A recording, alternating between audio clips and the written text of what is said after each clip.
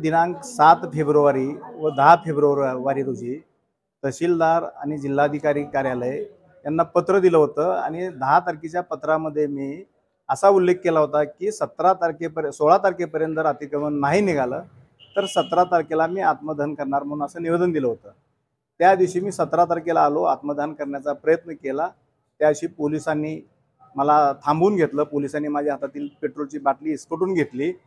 त्यानंतर त्या दिवशीच तहसीलदार साहेबांनी मला पत्र काढलं की 20 तारखेला आपण गट विकास अधिकारी, डेप्टी इंजिनियर सार्वजनिक बांधकाम विभाग, ग्राम विकास अधिकारी व सरपंच यांची बैठक तहसील कार्यालयामध्ये आज 20 तारीख रोजी बोलवलेली होती।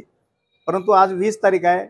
त्यांचा मला सकाळी फोन पण आला गिरदार साहेबांचा आणि पत्र पण व्हॉट्सअपवरती मला पाठवलेलं आहे त्यांनी की आजची बैठक पोस्टपोन केलेली आहे। त्यांनी प्रशासकीय कार्यक्रमानिमित्त पालकमंत्री आलेत, त्याच्यामुळे त्यांनी दौरा आजची मीटिंग कॅन्सल केलेली आहे त्यांनी। तर यानंतर 24 तारखेला बैठक ठेवलेली आहे। पण मला असं म्हणायचं आहे की 24 तारखेला बैठक ठेवलेली आहे, तुम्ही उद्याही ठेवू शकला असतात। मला एक शंका येते आता सध्या की मी जे परवा आरोप केले होते की यांना हप्ते गोळा करणं, यांना पैसे गोळा करणं याच्या व्यतिरिक्त दुसरं काही सुचत नाही। गिरदावर साहेब तलाठी यांच्या मार्फत ह्याचे रॉयल्टीच्या मार्फत पैसे त्यांना येतात, पुरवठा अधिकाऱ्याकडून पैसे त्यांना येतात आणि पवनचक्कीच्या मार्फत, सौर ऊर्जेच्या मार्फत, NA लेआउटच्या मार्फत ह्या सगळ्या गोष्टीकडून त्यांना पैसे गोळा करतात। मला आता कालच मला कळालं की मी ज्या संदर्भात अतिक्रमणासाठी लढा देतोय ती अतिक्रमण 155 मधली गायरान जमीन आहे।